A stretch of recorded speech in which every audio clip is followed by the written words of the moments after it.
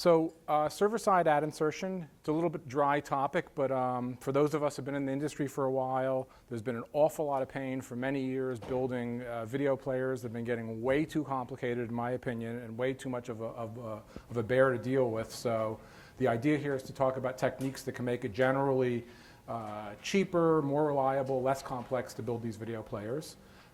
We've got a panel of folks both in the media industry and in the technology vendor side of this, so I'll let my panelists introduce themselves and we'll get into it. So we'll start with Ralph here and go down the line. Ralph Jacob, co-founder of Uplink and now with Verizon handling sales. Eric Black, Vice President of Technology for NBC Sports Group. John Heller, co-founder, co-CEO of Freewheel. Paul Gavalas, Video and Audio Platform Technologies, ESPN. And Glenn Goldstein, Viacom. I deal with convergence technology, convergence really of the linear and digital platforms at Viacom. And full disclosure, we use technology from Verizon Uplink and from Freewheel, so we're clients of both of them. So why server-side ad insertion? What is it and why is it a growing trend? I think really I wanted to give the history of this and like I said, the pain of what we've seen over the years building these players, and that'll set the stage for the discussion about this new technique for serving ads. So in the beginning, there was really one platform, essentially 2000. We're doing internet video to the extent that any of us were doing it. I was doing it at MTV, 20 kilobit real media files. I think 4 kilobit or 8 kilobit audio in them. It sounded like it was a submarine, in a submarine underwater. Back then, it was these playlist formats that came with Windows Media or Real Media, and you could make these very simple playlists that had pre-roll and an ad, and it more or less worked. The requirements were not very complex. It generally was consistent between PC and Mac, although as you started trying to do fancier things with Windows Media plugin, it started not working so well on the Mac, and already we started getting into issues where the Mac was disadvantaged. And then 2005, Flash comes along. That was a really big moment for a lot of us, that suddenly the video rectangle didn't even have to be a rectangle anymore. The video and the page could overlap. You could start doing some interesting things. You really, at that point, had a ubiquitous platform that you could count on to be everywhere you needed to be, but everywhere you needed to be was only browsers on Macs and PCs, which back then seemed like there was all this bifurcation with the different browsers, but compared to the world we have now, that was really pretty simple. And as Flash got better and more ubiquitous, the playback capabilities were pretty good. Pre-buffering video really wasn't much of a problem. So the buffering transition from content to ad, not too bad. You had sophisticated libraries being built that would handle the client-side ad insertion. And really what I mean there is the client essentially tells the player, play video number 1. When it's done, play video number 2. When it's done, maybe make a call to an ad server, get a URL, play video number 3, sequencing it through, and it all generally worked pretty well. As I said, the requirements back then were pretty simple. Pre-rolls.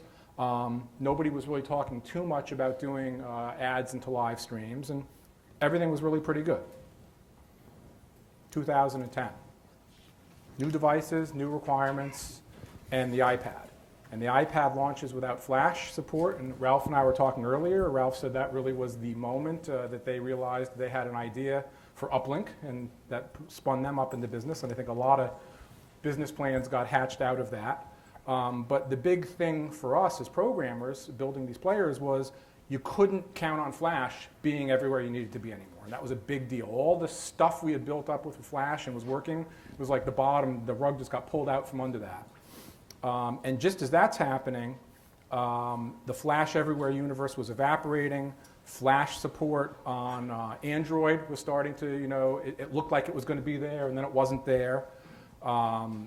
Proliferation of devices with different programming languages and capabilities. So now you're starting to do native apps. It's not all a JavaScript universe anymore. Now you've got, depending on the platform, you're dealing with Objective-C or C# or Java or whatever it may be. So they have these costly porting exercises. Now you have to have your ad insertion and your reporting library in all these different flavors on all these different platforms, and more complex ad requirements, mid-rolls, and new requirements to do mid-roll ads in live streams, either because you're simulcasting a TV channel or you're doing a sporting event. For years, MTV, we've been doing concerts events online where we would people would come to the web page, they'd launch the concert, they'd get 2 or 3 pre-rolls, and then we'd give them an hour of video with no ads, which is, maybe there's a banner or a co-ad on the page, but that's untenable. We can't keep doing that. So everybody now is really looking for ad insertion in live streams. So as Flash kind of dissipates, HTML5, 2009, 2010, same time frame is starting to be a real thing, HTML5 video specifically. So a lot of us were thinking, write once, run everywhere. Maybe it's not Flash anymore, but maybe it's HTML5 and JavaScript code, but not quite. For a few reasons. The popular streaming formats like HLS, not really supported consistently in all these devices. Even if HLS is supported consistently, some of the things you would depend on to do client-side ad insertion, like good signaling for your application code of when does video number 1 end so I can start buffering up video number 2. That stuff can be a little bit sketchy. Player controls, trick play can be a little bit wobbly across different browsers. As I said, pre-buffering video, where you want to fetch the beginning bits of the content while the ad is finishing so you get a smooth transition, can be challenging in this environment. And then in an app, what are you going to do? There's no web browser per se, so people would use what they call web views. You embed a web view in your app. That can lead to an awful lot of performance problems. It's getting a little bit better now. I think particularly in Android, it's looking more positive now that they use Chrome for the web views.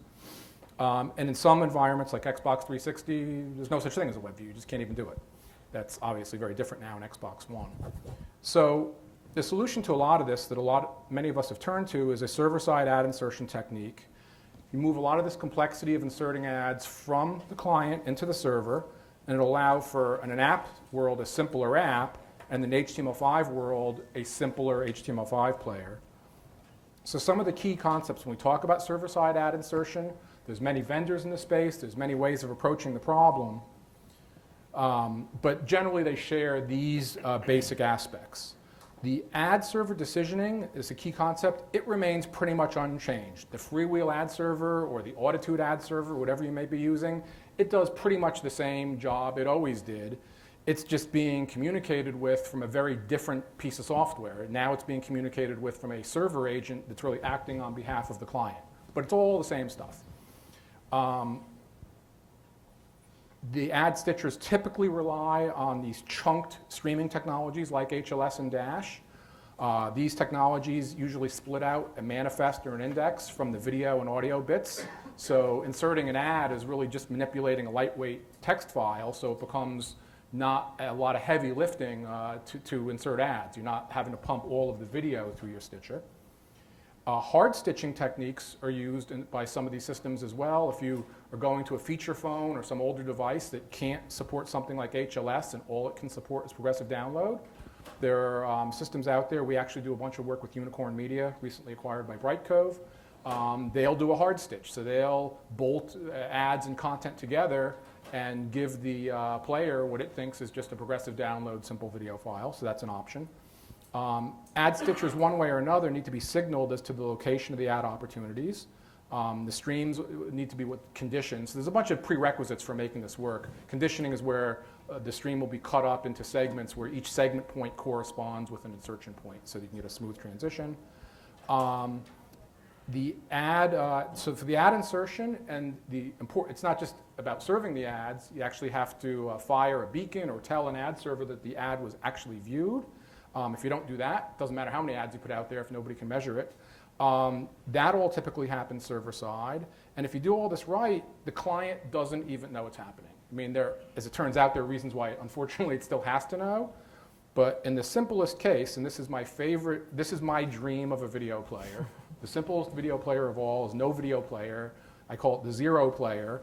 It's just a video tag with nothing more than a source of some server-side thing that's going to detect your user agent, maybe even see if you're on a device that can support HLS or not. If you're on a dumb device that can't, give you a progressive download, stitch the ads, server-side reporting for usage, things like Omniture, ComScore. You can get pretty close to a player that does almost nothing, and we'll kind of get back to this a little bit later and throw some darts at why this, unfortunately, is only a dream, but close. So I want to just go through maybe a little bit of an eye chart, but I think it's important to contrast the difference when we're talking about client side versus server side. What the hell are we really talking about here?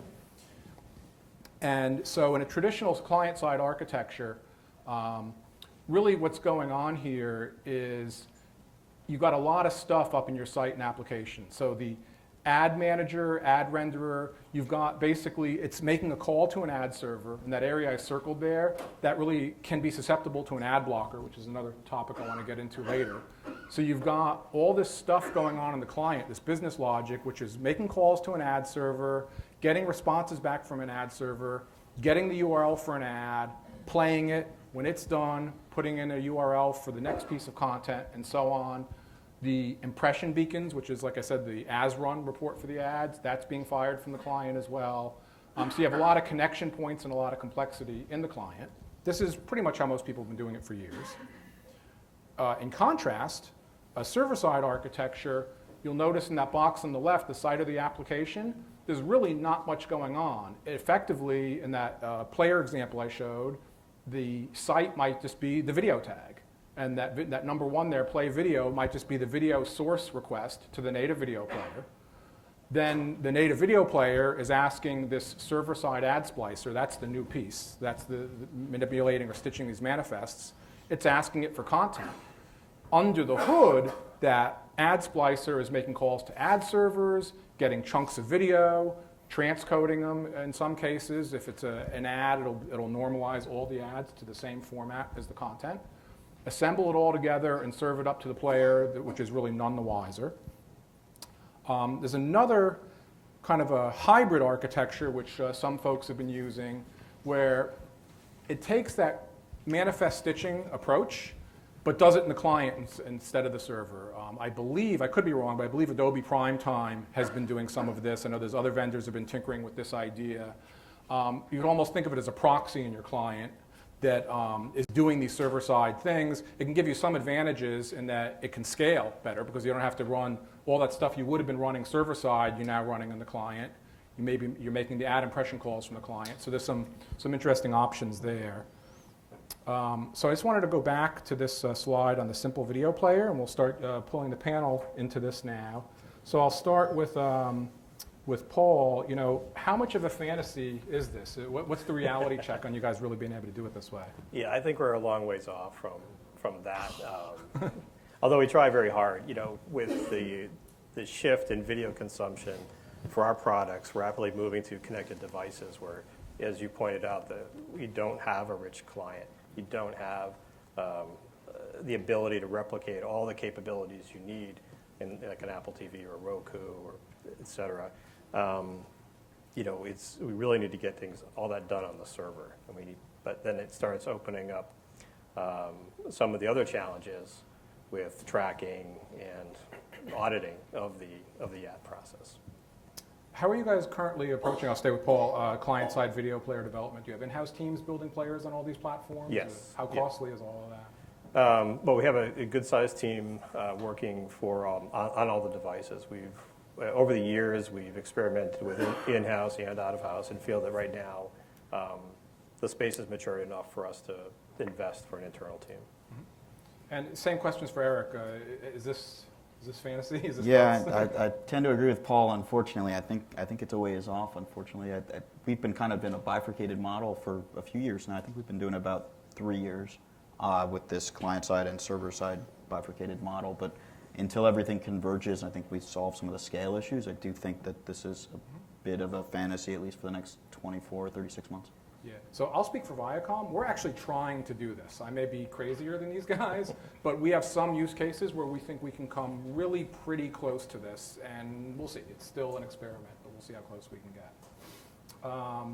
I think things do get sketchy when you talk about what the client needs to know. So turning to Ralph, you know, how do you deal with issues when the client needs to have some choreography with this thing? If the client needs to put up companion ads, to go with, banners that go with the video ad, or fast forward disabling, how do you deal with this stuff?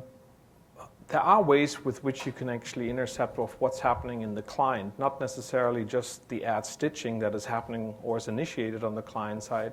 if it happened on the server side and you manipulated potentially the manifest file in the case of HLS, for instance, you'll know where the ads are.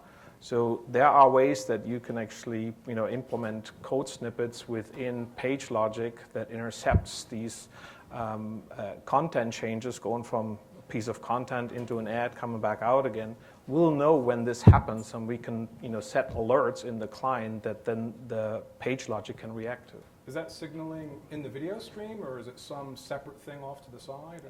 It's basically page logic, interpreting what is actually happening in the manifest file. Right. So assuming your page logic can get at it. Yes. Sure. So, John, how have advertisers, agencies, IAB, how have they been reacting to all of this, and particularly the idea that these impression beacons, the as run, aren't coming from the client anymore? Is that an issue? It kind of boils down to what people choose as the currency they'll bill against. Because if it's Nielsen OCR, as an example, that needs access to the Facebook cookie, which you're stuck doing client side, and it doesn't work in environments where you can't get at that, which can create a blind spot as far as your billing goes. So there is that other measurement party that can exist that may be the transaction number, and that's not as mature server side, really. But there's already been cookieless environments we've had to deal with. Is this no different than any like mobile web or Xbox or other areas where cookies are a problem? If you're trying to get to the TV demo comp, then the ways that occur today are looking for information, at least the mechanics of today are looking for information that's only resident locally. There's work, early stage work on sort of baton passing things so that the same math can be done, but you have to make sure that that's done in the right privacy controlled way because there's some ID that gets passed along. I think it'll get there. I think it's still early. Mm-hmm. Do you guys, Eric or Paul, do you guys anticipate or seen any pushback from advertisers or your ad sales organizations on these techniques?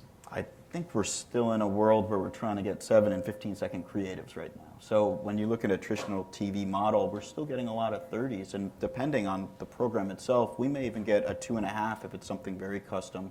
I think the nature of our business is live sports, so we've got these ad breaks that we need to trample. You're replacing anyways. TV pods, and if it's 2 minutes and 13 seconds, you got to fill that. Sure, but there was a great example last NFL season of an advertiser coming in wanting to do a custom campaign, and it wasn't a 7-second, a 15-second, it was actually a 2.5-minute pod that they wanted to go in because we have these inherent breaks in the content anyways. Mm-hmm. Paul, same thing for you. Do you see any pushback on these sort of techniques? I wouldn't characterize it as pushback, but it just comes in as a requirement. Certain agencies or advertisers are looking to track impressions in a certain manner, and sometimes it's not available on all the platforms we put the content on. So a big thing we see on some of the Viacom properties is ad blockers, the large proliferation of ad blockers, particularly on desktop web. And it's our hope that using these server-side techniques where an ad call is no longer being fired from the client, it can be a way to mitigate against that. Has this been a big concern for you guys in any of your properties?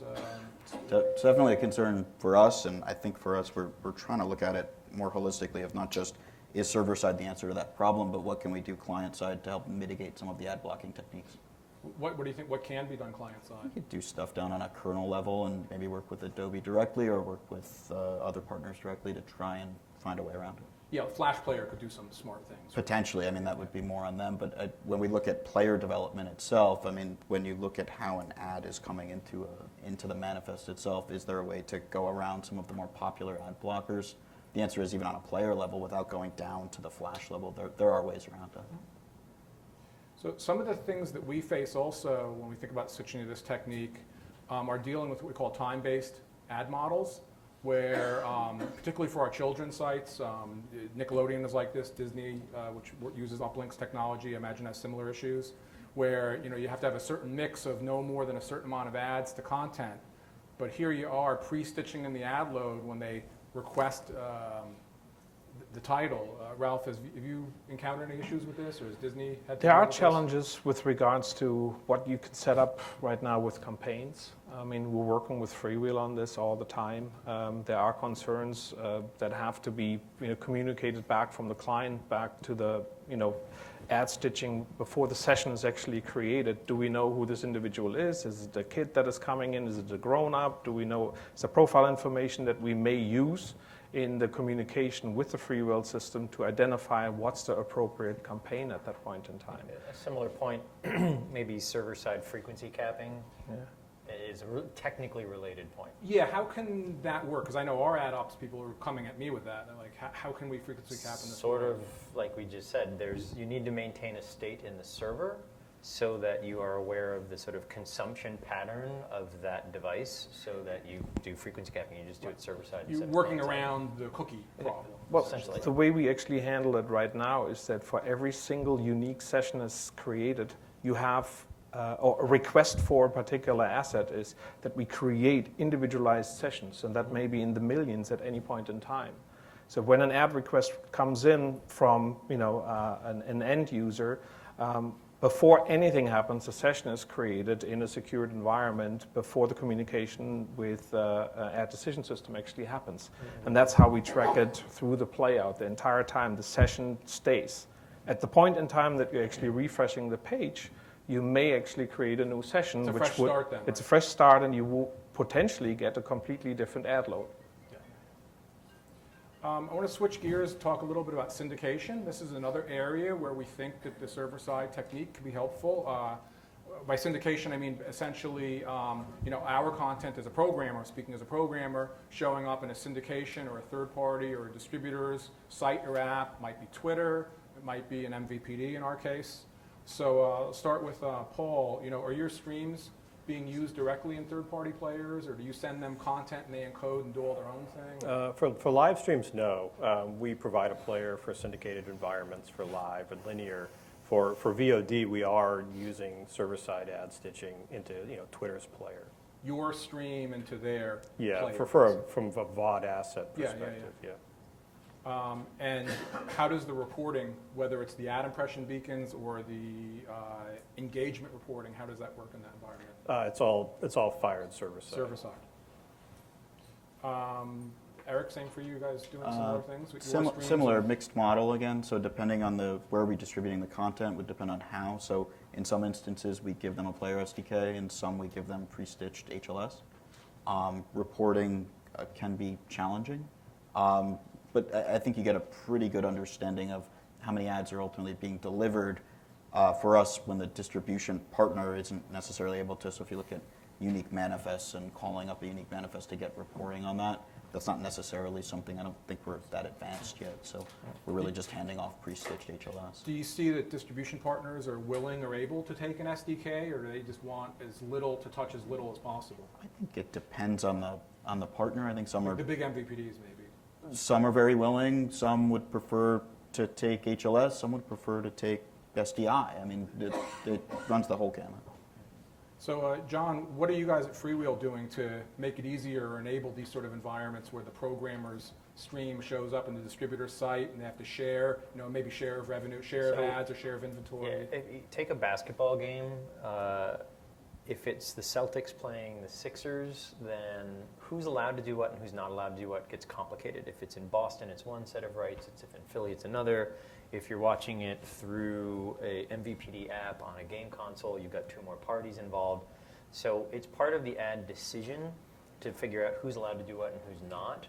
The trick is when it steps outside of your control. So if it's a local avail for an MVPD, even if the stitch is being produced and run through ESPN, the server has to invoke the MVPD's ad server when it's making the ad decision system has to go invoke the MVPD's ad server because it's their slot, and it has to speak to the encoder and stitcher and say, here's all the ads. I didn't make all of them up. Some of them came from over there, which is, as far as the stitcher's concerned, kind of doesn't matter. But it's just more companies and more technologies to weave into the mix. A lot really depends on the DMA and the geolocation, especially in the case that John just mentioned. If you know where you're coming from, you sort of know which campaign to actually invoke. The challenges that we run into every once in a while, especially when you start talking to affiliates, is they don't even have an ad decision system. What do you do in that case? Or interestingly, you ask them and they're like, I don't have an ad for you right now. Even though there's a mechanical way to solve that, which is let me go back and grab one, there's contractual negotiation elements to this. You have to have the right to have taken it back again. So there's, as much as there's technical complexities when you get into syndication, people have to agree on the rules of the road as well. I think you should focus a lot on where you are too, especially with this example, because those are two of our sites in regional nets. Where you are and making sure that that's accurate is really important, not just the ad stitch, beyond just the technology, but as we look at the rights behind this, if you are in Boston, you are getting a different ad load than if you are necessarily in Hartford. Right, so the key is that the server needs to forward that context onto the ad server so it can do its geo-targeting or... Sure, and then how reliable is that data? Correct. Yeah, yeah. It's only as good as the proxy server or DNS server that the user has, right? Ralph, we talked about third-party players, but third-party served ads are another pain point here. What do you guys see as the challenges, and what does Uplink do to deal with that situation that the ad that the ad server comes back with? It could be kind of anything coming from anywhere. Sure. I think server-side ad stitching actually solved a lot of the problems because, as I'm explaining this right now, you couldn't be doing this in the client side and be successful. It happens all the time that we're getting a campaign that we have to call up, and then we get a response back saying, I don't have the ad asset in my inventory, go get to a third-party ad network right now and pull this into its environment. So what happens at that point in time is that we actually have a process called just-in-time or JIT encoding, where the ad at the point of request is actually pulled into our inventory, encoded on the fly, and then served back up again in a further session. The very first person that actually encounters such a request for a third-party ad would potentially get served a substitute ad. But the person following right that particular session would then get the ad that this person initiated to be pulled into the environment. A little complicated, but those things you couldn't be doing if you're trying to do this in a client. Yeah. It does have a policy implication, which is the actual creative submitted from the agency through that process can't be a complex snippet of code. It can't be a Swift. It can't be a Swift, right. It does have to be something that plays nice in this setup, and the same thing's true for whatever piggyback measurements they want to have go along with it, which is new world. I think that's sort of, that's frontier type work for the most part. But it does ensure, though, something with regards to the ad quality and the quality of experience within the client. I think John was referring to it. How many times have you guys seen a session where you're watching a piece of content and all of a sudden the ad comes up and it's letterboxed, squished in, the aspect ratio is off? That's what happens when you deal with an ad network where you're not in control of the asset and what the asset should actually be in. If you are in control of the ad asset and you can actually encode it into the format that you're serving up, your experience becomes a hell of a lot better. Think in terms of going from a piece of content into an ad, into a piece of content again. You've seen this all. Beautiful quality during the content. You jump into an ad and all of a sudden the quality deteriorates and then goes back up again. And then it gets out of the ad, quality deteriorates, it comes back up again. When you're in control of the environment, then you left off at a certain quality, going into that same quality of that ad, you continue on that same quality of that ad. Sorry, John. Actually, it's even worse. Oh, we got lots of time here, so keep going. Okay, it's even worse. You have a nice quality piece of content and then it breaks. And all of a sudden the support phones go off the hook because it's a major event, because it's two technology hops away into something that just doesn't physically work. So there are actually, biased point here, a lot of benefits to having this required level of quality and standardization across multiple technologies so that everything works smoothly. It cuts out a little bit of the Wild West that creates a bad user experience. Yeah, yeah. I mean, we've seen this. I mean, just the idea that, that ad server response that comes back with a URL for the ad, say it's an MP4 file, who the hell knows where that is? It could be running on some, under somebody's desk, as they say.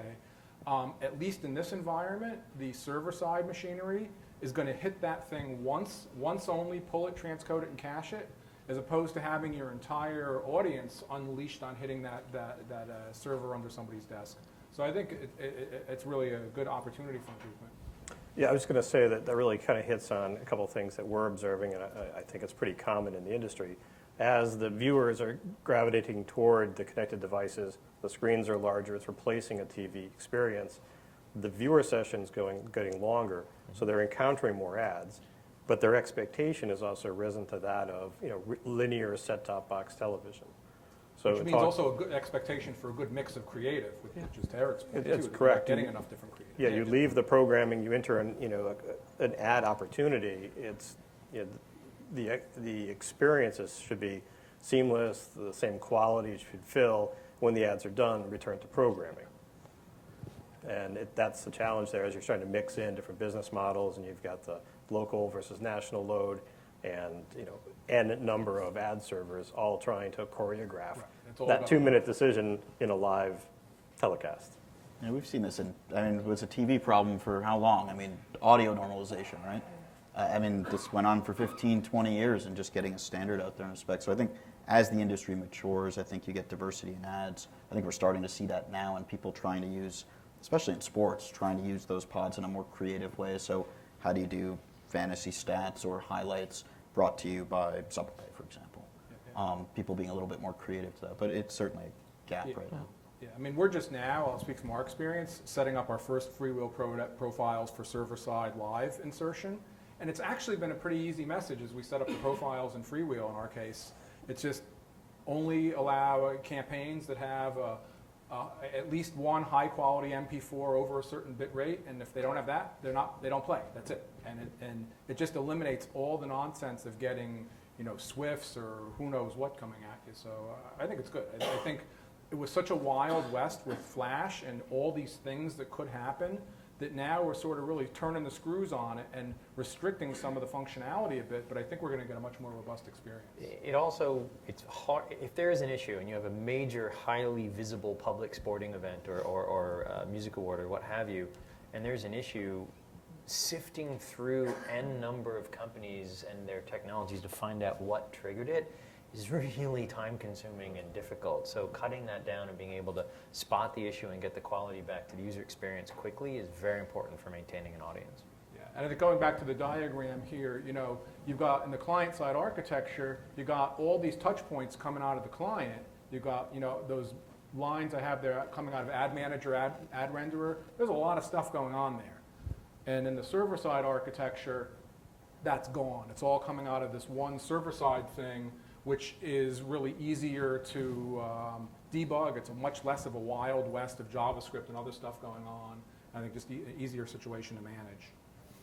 I'll move on a little bit now to scalability. So we have some folks here at the table who've certainly dealt with some massive scaling things. We'll start with Eric and the Olympics. So, what are your big concerns with scalability, massive scalability of these types of server-side techniques? And how do you deal with it for the Olympics? Well, it was very easy for the Olympics. We used client side. We didn't do it. But as we look towards the future, I think we're going to leverage some of the devices in the OTT space and look to others' examples. So if you look at Apple TV is a really good example. There is no other way to do this right now. So I think there are some pretty good use cases for scalability. But right now, I'm just not aware of any massive events of World Cup, Olympic type proportions that have done server side. So I think there's just some apprehension to dive right in. Mm-hmm. Yeah, same for you, Paul. Well, we're going to be into the World Cup soon, less than 30 days, and we've actually been tackling this, the preparation problem for now 6 months or so, working directly with Freewheel. We will have both server-side and client-side ad stitch for the live games in production. We anticipate, hopefully, a good audience shows up for the games, but optimizing the entire technical workflow has been an undertaking because it's not just ESPN and Freewheel. It's ESPN, Freewheel, our CDN network, our player team, our ad sales expectations, all working together to optimize. And in that environment, I want to try to understand, it's not just Freewheel the ad server, it's Freewheel the ad stitcher. That is correct. So John, how are you guys addressing the scalability side of that? So, because you have two things to scale, your ad server and your the stitcher, decisioning, that's a scale problem that's decades at this point. That one's sort of not so much of an issue. It has to do with the concurrency. So, making, I don't know, billions of ad decisions over the course of days is actually not a big deal. Over the course of 3 seconds is where it gets difficult because everything's hitting exactly the same time. So the hardest thing about soccer, actually, in the Olympics, the events are a little bit staggered. So the number of people hitting are spread over the different timings of the different events. the break during the halftime of a soccer game is the same for absolutely everybody all at once. Fortunately, it's not 1 second, it's a few seconds. You try to skew the audience by a few seconds? No, just sort of the randomize nature it a of little? people turning stuff on. I don't think there's, basically it just, we've all analyzed this very, very carefully because it has a huge effect on how to handle it. It spreads over a handful of seconds. That's still a short period of time, but it's different than a second. So you basically look at the peak to mean spike consumption you plan for over that spread of handful of seconds, and you plan in advance for it. So Ralph, same for you. I know you guys have seen some of this before. We've learned. Either I'll mention it or you will. But I know we also have some other big events coming up as well. Absolutely, yeah. I mean, if you're cutting edge, you're about to get a nosebleed. There's a lot of trial and error that has to happen. One of the big things, and I think John just hit it on the head, is one of our product guys actually called it out. He said, going from 0 to 200 is not a problem. Running at 200 isn't a problem. But if you're going from 0 to 100 in less than a second, it becomes a real big issue. So session management, all the things that you have to do on a client-by-client basis that is requesting a URL, that's where the challenges are. Luckily now, Uplink, acquired by Verizon, is now supported by a massive infrastructure, hardware, and locations. And we're looking at the entire, architecture, globally, being one of the most peered and connected networks in the world. Where and how we're actually going to deploy the right hardware so that we can sustain such events where you may see spikes that are, usually not experienced in the TV world. So we'll move to video formats a little bit. It's like Jeopardy. Next topic. So does anyone have a good HLS joke? That was, I think, John, you actually said you did, right? Yes.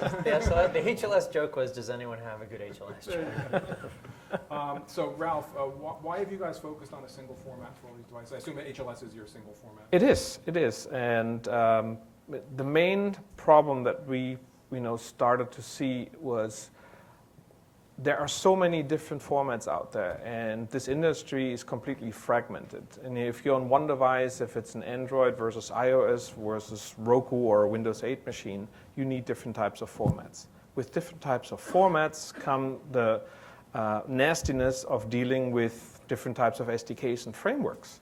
Think in terms of what we've just talked about with regards to ad stitching, and now you have to do this over 4, 5, 6 different file formats. 4, 5, 6 different SDKs or frameworks would have to be built. We looked at this as an opportunity, and we said it makes complete sense if you have an industry-wide accepted protocol that everybody actually knows how to use, and you make that protocol available over a ubiquity of devices. It starts to reduce the content owners' headaches, and their workflows just become simplified. That's really the challenge that we gave ourselves, and we're starting to really see the fruits of our labor here, that a lot of the thought process of take a single format that is somewhat future-proof. I've heard the arguments going back and forth in the past saying, yeah, but what if everybody switches over to MPEG-Dash? Well, we're HLS. It's really not a big deal. All you have to do is you manipulate the manifest files, and you're there. So for us, when we took the bets some 2-3 years ago when Uplink was founded, I think we've done the right thing. We're seeing right now the interest level from all of the content owners wanting to simplify their work process, their processes. They want to simplify, what hardware is actually in play, and a single format just eliminates a lot of that. Yeah, so Paul, what do you guys think about it? Is HLS everywhere? What's going on for you guys?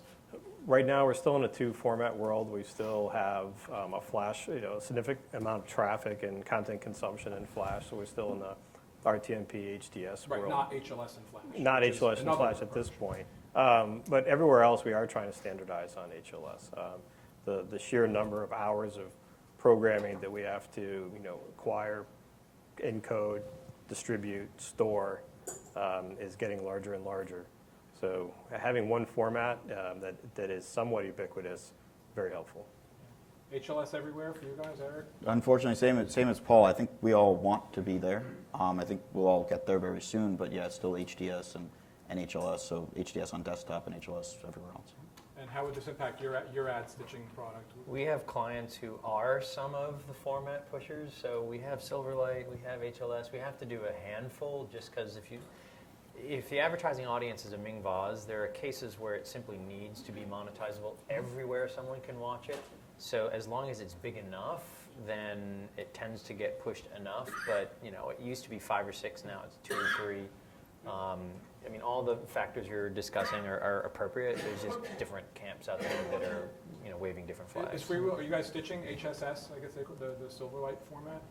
I believe so, yes. Yeah. So MPEG Dash, do we think it's, my feeling is going to be HLS everywhere and then Dash everywhere. I don't know what you guys think about that. I think We got to wait and see. But I think to the point earlier, if we do make that transition, it's a pretty seamless migration. I don't think anyone's particularly concerned about the move. correct. I mean, from my perspective, I think it would be a good thing. HLS, while on iOS devices everything's all hunky-dory and people write their own HLS implementations for Flash and for Android and Xbox. I know Uplink certainly has done some. Lots of companies have done them. When you're on a native player like an Android, you get into these discontinuities, which are, who knows what discontinuity is? Anybody down in the HLS? So this is what happens in the HLS protocol when it has to switch from content to ad. This discontinuity marker goes in there. We won't get too down in the weeds, but a lot of HLS players trip and fall over these things. Even Apple's own HLS player, we just have been working through a bug with Apple where it was tripping and falling over just the wrong timing of changing quality levels near discontinuity. All these things are very, very fragile. I think Dash does hold out a hope for this being better. Dash has this concept that totally doesn't exist in HLS called periods. And in Dash, you have these periods of time that are demarked, and each period of time can be like a fresh start, totally new encoding spec. And I'm hoping that makes this stuff a little bit easier to deal with. So, but it's down the road. Yeah, go ahead. The one thing that I think is important to understand in this entire approach is, should a content owner really be thinking about the technology, the underlying technology, on how many formats? They should be worrying about getting their content out and monetize the content. The one thing that we keep coming back on is we talk about what type of format we're using.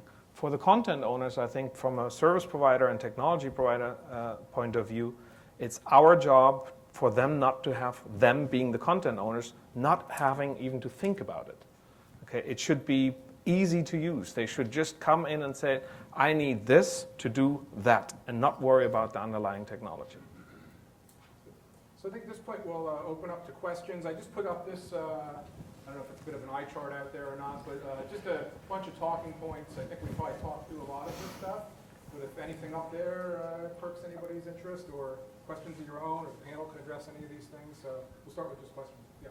Hi, so for a VOD long form video that where you will use ad stitching and on an HLS manifest, how would you prevent the user from seeking past the mid-roll? Good question. Okay. Basically, player controls and how do you keep people from skipping past mid-rolls in either on-demand content, I assume you're talking about. I can take a stab at it. With regards to the devices that we're on, we have a library that actually controls the actual trick play. So the scrubber, the fast forward, the skipping on any of that. So this discontinuity event that Glenn was just referring to, we can intercept this. And I know, am I in an ad or am I in a piece of content? When I'm in an ad, then I can tell the client through the means of the library. When you're in an ad, right? When you're seeking. Yes. So you are, for instance, a show that has 3 chapters. You're in the user is on chapter 1. And They then drag see, past. Exactly. They drag past, yes. Oh, I see. That never gets triggered. I think that's a policy that you have to imply. Whatever you're doing in the client, if you tell it, you can skip an ad, but you're forced for the second or third ad, you impose that. Well, I'll take that one, actually. we built something like this. We've been calling it corrective seeking, is what we call it. And we have a policy engine to their point. And if you go ahead and drag past, we're keeping track of the time since you've last seen an ad, and we'll pop the scrubber bar back, pop you back to the ad, and then when you get to the end of that pod, jump you to where you want it to go. You need an HLS platform that gives you pretty good seek controls to do this. On Android, for example, you never know. It barely works. But I don't know. Have you guys dealt with any of this stuff? All of these, anything having to do with choreography or experience control at the client needs often a little bit of something at the client to do some of that sort of adjacent work. The tricky part is more when you get into syndication, because it may be your stream in somebody else's player environment. Did they agree to allow that? Did they do the work to get it done on time? It gets messy. That's where the SDK maybe comes into Paul. Are you guys looking at an SDK that would do that would handle the scrubber bar controls? Or? Yeah, we're looking at any client-side capability to interrogate the video, either the manifest or the stream itself, to understand where we are in the stream, and is it an ad, is it content, and drive from there. Did this sort of thing come up in the Olympics much, or you had total client-side control? And We had total client-side control, so no, it didn't come up a ton. And also keep in mind the use case around Olympics was a lot of live viewing, so it wasn't necessarily, by the time the U.S.-Russia hockey game was over, you were going back to see highlights. You weren't watching a full event. And this is not a problem in live viewing, really. Yeah, next. To what extent do you think that the ad stitching in the server actually delivers on the promises that we made? So the promise is you remove all the complexity away. Everything is magically happening on the server side. There's no need for those jumpy, kludgy kind of JavaScript. But if you want to prevent people from skipping the ads, or you want to allow people to click on the ads and go somewhere, or you want to allow skippable ads, or you want to allow companion visits, or you want to allow all of those concerns and trade-offs, then you have to go back and get into the client. If you want to serve the Android, but not the latest version, but 2 versions below that, that's very common outside of the US, you have to go to the client, and then you have a little bit of an SDK. It's a small one, the big one that sits on the client. So to what extent do you think that today, server-side ad stitching actually delivers on all the promises in the concept? I mean, the world is a mosaic, and there's just no getting around that, especially when you talk about syndication and like 4 or 5 different companies being involved in allowing you to watch something. The footprint's simply going to be mixed. Some of it, because the footprint is mixed, and like from our perspective, we started in 2007, we had to do everything client-side. If you have a heavy, lots of bells and whistles client-side thing, stripping it down to companions and messaging and simple controls, actually, with all the lessons you've learned through time, actually ends up being a little bit easier. So it's hard to get away entirely from stuff on the client side, but you're going to end up with patchwork no matter what. It's one of the reasons why the decision part isn't really impacted by any of this and shouldn't be, because it still needs to decide over a holistic audience, but the execution, it's going to vary for a while, and there's just kind of no getting around that. Yeah. I think standards-based approaches, I think, can help with some of this to the extent that it's inevitable that the client needs to know what's going on. It's certainly easier for those of us building these lightweight clients if they can all get this information the same way. I will give a shout out to Unicorn. If anybody from Unicorn or Brightcove is here, we appreciate that what they've done is they've been promoting the IAB VMAP standard, so that when you use their server-side stitch solution, what comes back to your player is a little VMAP document, industry standard format, that gives the markup of the time code, where the ads are, where the content is, the click-through URLs, all of it. And to the extent we get some more standards here, you can have one player that could deal with multiple server-side ad stitch solutions. Yeah. One thing that I haven't really heard addressed much, and maybe that's just because I'm in the publisher ecosystem, not the agency ecosystem, is that the creative, particularly in mobile devices, for pre-rolls and mid-rolls just aren't there. I sort of equate it to a magazine ad and a billboard. When I'm on my 55-inch, I want a magazine ad. When I'm on my 3-inch, I want a billboard. I want it. What's the sort of your, not feedback, or are there people in the creative ecosystem that are looking at this and trying to get us away from 30-second pre-rolls and trying to create creative that is compelling on the small. Yeah, and can the ad server, the trafficking machine, deal with this and help not put the wrong thing to the wrong platform? I think that would be Well, part of and it as well. are the agencies Yeah. creative not simply Yeah. repurposing and Yeah, John, you want to take that? I mean, you have to know what's physically, so long ago you had to figure out, in order to pick the ad, what's physically displayable in this environment and what's physically recordable in this environment. The challenge isn't that logic. The challenge is you're supposed to deliver 10 million impressions to somebody in 2 weeks, and they only gave you something that works in a third of the environments, and it's never going to happen, and that's business policy. So it is, if I were to wave a magic wand and make a wish, it would be run forecasting before you sign the IO and tell them that, and then suggest that they send you either the one clean one and they give you the wherewithal to fiddle with it, or you basically need to tell them your footprint covers lots of environments and you need creatives that can work across those environments. When you're talking about in-stream, it's much less of an issue because you can go down to a nice, clean, standard way of doing it that adapts. The choreography and companions around it get funky. So what do you do with companions then with the HLS manifest? There's a hybrid mode where the decision system before this insertion and stitching has a way to coordinate with information coming back from the client so that they're at least in some way working in some concert. So it's mostly server side with a smidge of client side. Yeah, so getting back to that VMAP standard I mentioned, that document can come back with information for the client saying, hey, when the playhead gets to position whatever, we're going to be in a video pre-roll ad, and here's some URLs for a companion that's supposed to go with it. Of course, there needs to be client-side code that deals with that, but it's a little more, structured than having a advertiser's, I guess the right term would be ad renderer, be loaded in and do who knows what in your client code and crash your browser and do whatever. I'd rather have this controlled environment. Having had to put the fat ad manager with lots of renderer libraries out there in lots of places, it's easier to strip it down. So the problem is in many cases stripping it down to be simpler as opposed to getting something in there in the first case. Other questions? Yeah, right, all the way in the back there. Yeah. Just because I'm preferring the front, so we'll go to the back. On the server-side stitching, are you guys using a CDN to do it, or everything comes to origin and you do it on origin? How do you maintain that? Yeah, you guys, Ralph, you start with that one. Well, I could tell you the secret sauce, but then I would have to shoot you. So, there are both ways how to do this, and I'm not going to go into the specifics exactly how we're doing this. Is a CDN involved in this? Absolutely. I'll talk about it a little bit. Hopefully, Ralph won't get it. Anybody else wanted to speak to that a little bit?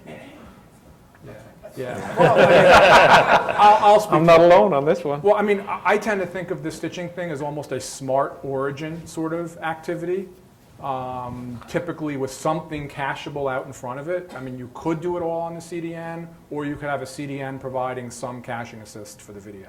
Is that? That's fair. It's a safe answer. Is that good? Yeah. But you still need to deal with that very small time window concurrence issue. So Yeah. Right here. So we talked about a lot of the challenges on server side and client side stitching. What do you see the challenges ahead in the hybrid model?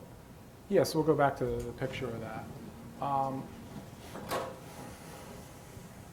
Like I said, I think Adobe is doing this, but I could be wrong. I know others have tinkered with this idea in the past. It's not going to work for you. Well, actually, it could even work for you in a browser now with the new media extensions in browsers where your own code can pull bits off the network, demux them, do what you want, and jam video into the video tag. You can probably do these things in a browser as well. And I think that's how some of the Dash players are currently working in some of the browsers today. So I think it is possible to do, but then you're right back to having a big wad of complicated client code and the pitfalls that go along with that. So this may be a temporary measure. It does address scaling issues, though, so it's always a trade-off. I think Turner, again, I don't want to speak for them, but I think they may be doing some similar things like this to address scaling. I think it gets solved over time by policy, where instead of having 1,000 different measurement technologies, there's a small handful that are industry accepted. And instead of having thousands of different formats, there's a very small handful that are handled. And therefore, the stuff that does happen to happen on the client is basically standardized and trimmed down. Anything else? There's also one last point. There are lots of the screens we're seeing, at least, there is no room for a companion. It's a full screen show you're watching on a tablet, so some of that choreography stuff starts to fade because it's not really a desktop, it's a TV screen. But I do think that, the challenge or trying to do what we've just had on the screen, you will see some new ad campaigns that haven't been there before that people haven't thought of yet. What do you do? What John just said, if you have a small, iPhone 320 by 240 screen right now, what else can you do with it, right? Can you float something on top of it? Can you move it around? All ads, and ad models that have not been thought of yet. So I look forward. This is an opportunity for us to actually explore further. We'll do another question or two. Yeah, right here. Yeah, do you do the AVR on the fly or you do one period of ad? It's a great question. AVR, by the nature of how it is actually implemented, takes a look at your available bandwidth. When you're going, again, on one of those discontinuity events from a piece of content into an ad back into a piece of content, we observe at what bit rate you're actually leaving off. So we take the fluctuations into consideration, even over the jump. So, example, I'm streaming at 1.5 megabits per second right now. Now I'm going into an ad. I'm not going to start on the bottom and go back up. I will continue the ad at 1.5 megabits because I know where I left off. Yeah. Does that make sense? Yeah, in a system like Ralph is describing, at least I know in their system, all the ads and content are normalized to the same encoding specs. So it's smooth, but in the client-side approach, I'm curious, Eric, has this been an issue for you guys? Do you see ads and content at vastly different encoding specs, and how does that match up when the client's doing that transition? No, but we're in a unique business, so we force the spec. You force it. Yeah, so if And if it's a third party? If it's, well, we don't typically do a ton of third party.